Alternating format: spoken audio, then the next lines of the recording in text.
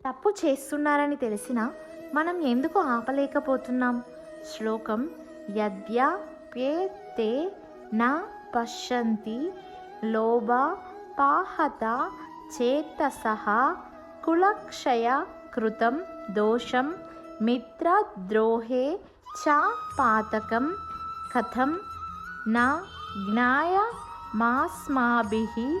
పాపదస్మాన్ని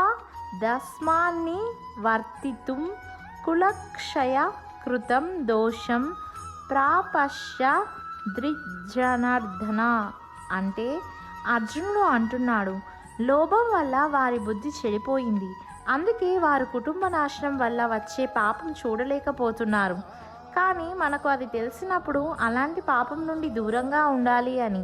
మన జీవితంలో కూడా చాలామంది లోభం, కోపం, స్వార్థం వల్ల తప్పు మార్గంలోకి వెళ్తారు. కానీ గుర్తుంచుకో, తప్పు కనిపించినప్పుడు అదే మార్గంలో వెళ్ళడం కాదు, దాని నుండి దూరంగా వెళ్ళడమే నిజమైన జ్ఞానం. ఇలాగే ప్రతిరోజు భగవద్గీత శ్లోకాలను సింపుల్గా తెలుసుకుందాం. హరే కృష్ణ.